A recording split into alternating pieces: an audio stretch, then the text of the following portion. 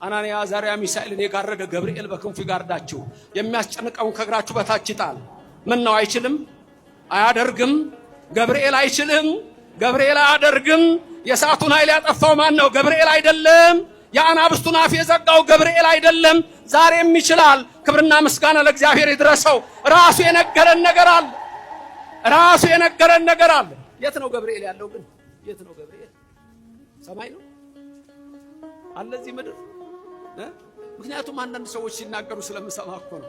አዋሳ ሆኜ ገብርኤልን ናልኝ ብዬ በጠራው አንድ ሰው አዲስ አበባ ሆኖ ገብርኤልን ናልኝ ቢለው፣ አንድ ሰው አሜሪካ ሆኖ፣ አንድ ሰው እንግሊዝ ሆኖ፣ አንዱ ደግሞ ጃፓን ሆኖ ገብርኤልና ቢለው ለማን ሊመጣ ነው ገብርኤል ብሎ የሚያስብ ጅል አለ። ለምን መሰላችሁ ጅል ያልኩት? አየር እንኳን አዋሳ አለ አየር፣ አዲስ አበባ አለ አየር፣ ጃፓን አለ አየር። አየር ይሄ ምን ተነፈሰው ረቂቅ ነው አይደለ? ሁላችን ማን የሰጠን ይሄንን? የከላውያን ጠንቋዮች፣ የባቢሎን አስማተኞች ማን የሰጠን? የምድር ነገስታት ንገሩኝ፣ ማን የሰጠን? ማን ነው እንድንተነፍስ የሚያደርገን? ስሙን ጥሩት። ሰማይና ምድርን የፈጠረ የኔና የናንተ አምላክ ምስጉን የሆነ እግዚአብሔር ነው። ክብርና ምስጋና ለዘላለም ይድረሰው። ታዲያ ከአየር መላእክት ረቂቃን ናቸው።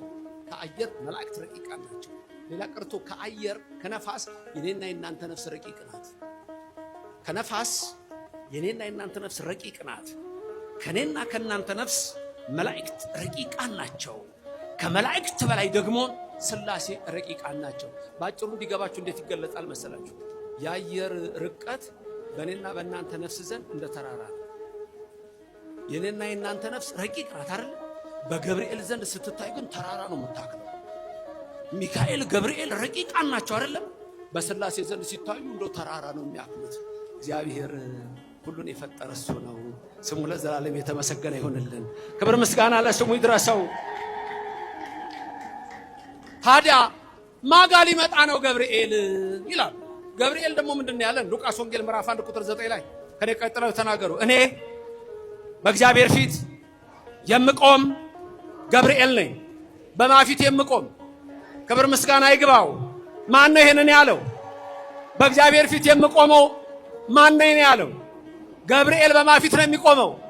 የእግዚአብሔር ፊት ወዴት ነው?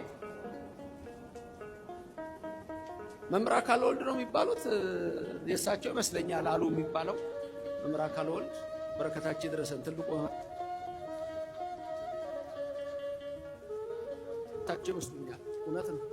በአንድ ቤት ውስጥ ሻማ በራችሁ፣ አንድ ጨለማ ቤት ውስጥ ሻማ በራችሁ። ሻማው ጨለማውን አራቀው አይደል? ስታበሯት የሻማው ፊት ወዴት ነው?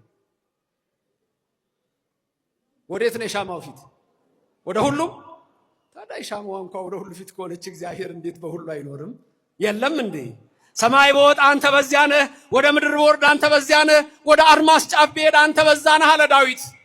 በሁሉ ነው የመላው እግዚአብሔር። ክብር ምስጋና ይግባው። ቀጥሎ የሚናገረው ቃል ደግሞ አለ። ቀጥሎ የሚናገረው ቃል ደግሞ ምን አለ? ቀኝ ትደግፈኛለች አለ። ንገሩኝ፣ ምን ትደግፈኛለች? ቀኝ ምን ታረገኛለች? የእግዚአብሔር ቀኝ ይደግፋችሁ፣ ኃይሉን ያልብሳችሁ፣ ጸጋውን ያጎናጽፋችሁ፣ የሚያስጨንቃችሁን ከእግራችሁ በታች ይጣል። ታዲያ ገብርኤል በእግዚአብሔር ፊት ከሆነ ሁሉም ጋር ነው ያለው ገብርኤል። ዳሩ የት ያውቁታል? አያውቁትም። ቢነግሯቸውም አይሰሙ። ብንሰብክም ብናስተምርም መጽሐፍ ቅዱስን ያነቡታል፣ አይሰሙም። አንድ ሰውዬ መንገድ ላይ ተገናኙና ሰላምን አለው። እንዴት ነህ? ደህና ነህ? እንደምን ነህ? አለው ደህና። እንዴ ሞታል ብለውኝ ወይ አራለው ማን እንደሚያወራው አራለው እንዴ እያየኸኝ አለሁ እንጂ አለ። አይ ከታመነ ሰው ነው የሰማሁት። ከታመነ ሰው ነው የሰማሁት። ሰውየው እያለ ከማርቲን ሉተር ነው የሰማው። ምን ያርገው ታዲያ? እሱ ከታመነ ሰው ነው የሰማው። አይለውጥም፣ አይቀይርም። እንዲሁ ተሸፋፍኖ ሲኦል ነው። ለንስሐ ሕይወት ያብቃን፣ የጠፉትን ይመልስልን። ታዲያ የከለዳውያን ጠንቋዮች፣ የባቢሎን አስማተኞች በሶስቱ በዳንኤል፣ በአናንያ፣ በአዛርያ፣ በሚሳኤል ላይ ተነሱና በተለይ አናንያ፣ አዛርያ፣ ሚሳኤል እሳቱ እንዲጣሉ አረጓቸው። ናቡከደነጾር በአቃዱራን ምስል አቆመ። ስገዱልኝ አለ። የነጋሪት ድምፅ፣ የመለከት ድምፅ፣ የእንዚራ ድምፅ ሲሰማ መለከቱ ሲጎሰም በተነጠፈው የአበባ ምንጣፍ ሁሉም ሰግዶ በተለያየ ቋንቋ የሚናገሩ ሁሉ ሰግደው ለናቡከደነጾር ምስል አምላክ ነው ብለው ሰገዱ። ሶስት ወጣቶች ግን ቀጥ ብለው ቆመዋል። አናንያ፣ አዛርያ፣ ሚሳኤል አንሰግድም አሉ። እኛ የምንሰግድለት ሰማይን የዘረጋውን ምድር የመሰረተውን እግዚአብሔር ነው። እኛ የምንሰግድለት መላእክት የሚያመሰግኑትን ቅዱስ እግዚአብሔር ነው። እኛ የምንሰግድለት ዝናብን የሚያዘንበው ፀሐይ የሚያወጣውን ነው። ክረምትና በጋን የሚያፈራርቀውን ነው። እኛ የምንሰግደው ለጣዖት ለሰው ለንጉሥ አይደለም። እኛ የምንሰግደው በአርአያውና በአምሳሉ ለፈጠረን ለእግዚአብሔር ነው አሉ። ክብርና ምስጋና ለእግዚአብሔር ይድረሰው፣ ስሙ የተመሰገነ ይሁን። ለማን ነው የምንሰግደው? ለማን ነው የምንሰግደው? ፈጥሮኛል ብለን የምንሰግደው ለማን ነው? ፈጥሮኛል ብለን የምንሰግደው ለማን ነው? ለእግዚአብሔር ብቻ በሉኝ። ፈጥሮናል ብለን የምንሰግደው ለማን ነው? ለእግዚአብሔር ብቻ። ለማንም ይህን ስግደት አንሰጥም። ቅዳሴ ላይ ሁለት ጊዜ ስግዱ አለ። ሁለት ጊዜ ስግዱ አለ አይደለም? ስግዱ ሲል ዲያቆኑ ምንድነው የሚለው? ቅድመ እግዚአብሔር ነው የሚለው አይደለም? ያቺ በቅዳሴ ሰዓት የምትሰግዷት ያቺ ስግደት ለመለኮት የምትገባ የአምልኮት ስግደት ናት። እቺ ስግደት ለማንም አትሰጥ። ልክ ወደ ቤተ መቅደስ መጣችሁ 3 ጊዜ በምትሰግዱበት ሰዓት እቺ ስግደት ለሌላ አትሰጥ። ሌላ ደግሞ የስግደት አይነት አለ። የጸጋ ስግደት አለ፣ የክብር ስግደት አለ አይደለም? ይሄ ቅድም ያለው የአምልኮ እንላለን። አምላኬ ብለን የምንሰግደው ለኢየሱስ ክርስቶስ ለእግዚአብሔር ብቻ ነው።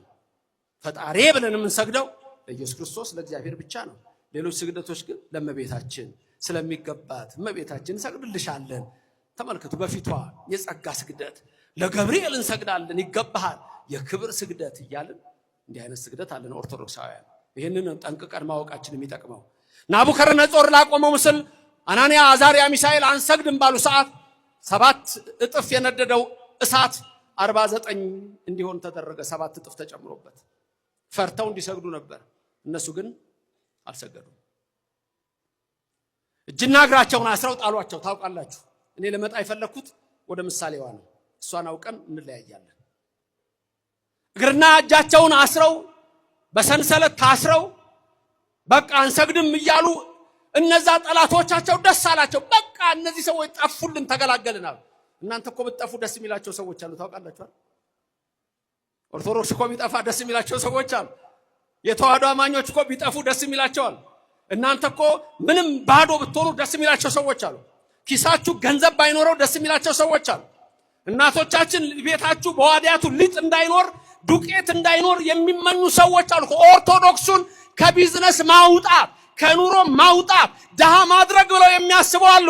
የአናንያ፣ አዛርያ፣ ሚሳኤል አምላክ ግን አይተውንም። ክብርና ምስጋና ለእግዚአብሔር ይድረሰው። እማይተው ደግሞ ልንገርህ፣ መቼ እንደማይተው ደግሞ ልንገርህ። እንደ አናንያ፣ አዛርያ፣ ሚሳኤል ስትሰራ ነው፣ ሳትሰራ አይደለም። አናንያ፣ አዛርያ፣ ሚሳኤል፣ ዳንኤል ከእስራኤል ቅድም እንዳልኳችሁ ባቢሎን ሲሄዱ የሥራ ሰዎች ናቸው። ቁጭ ብሎ ወሬ የለም፣ ስራ ነው። ከጽዳት ለምን አይጀምርም? ከምንም ለምን አይጀምርም? መነሳት ነው። እንድርያስን ሁኑ። ሰማችሁ? ማን ሁኑ? እንድርያስን። ምን ተገኝቶ መላችሁ? እንድርያስ ጋር 5 እንጀራ ትዝ ይላችኋል? 2 ጊዜ እኮ ነው የሚበላ ለህዝቡ ስጡ አላቸው ጌታ።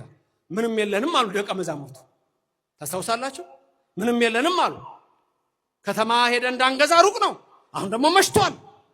ምንም የለም። 5 እንጀራና 2 ዓሣ አለ። እሱ ደግሞ እንግዲህ ወይ ለ3 ሰው ለ4 ሰው ሊያጠግብ ይችላል እንጂ ህዝቡ ስንት ነው? ወንዶች ብቻ ስንት ነበር? 5000። አንድ ጊዜ 4000፣ አንድ ጊዜ 5000። 2 ዓሣና 5 እንጀራ እንዴት ይደረጋል? እሱ ተገኘ። እንድርያስ ይዟል። በኩረ ሐዋርያት ይባላል። የመጀመሪያው ሐዋርያ የተመረጠው እንድርያስ ነው። የጴጥሮስ ወንድም ነው። ታላቁ አይደለም ወንድሙ ነው። ታላቁ ጴጥሮስ ነው። ጴጥሮስ ሌሎቹ እድሜያቸው 22 ሲሆን እሱ 55 ነበር በዛ ሰዓት። እንድርያስ ጋር 2 ዓሣና 5 እንጀራ ተገኘ። ተሰብስቦ እዛ ካሉት ጋር አምጡ እሱን አላቸው። ባረከው። ሰው ሁሉ ጠገበ አልጠገበም? እግዚአብሔር ቤታችሁ ሙሉ ያርግላችሁ። ረሃብን ከቤታችሁ ያጥፋላችሁ።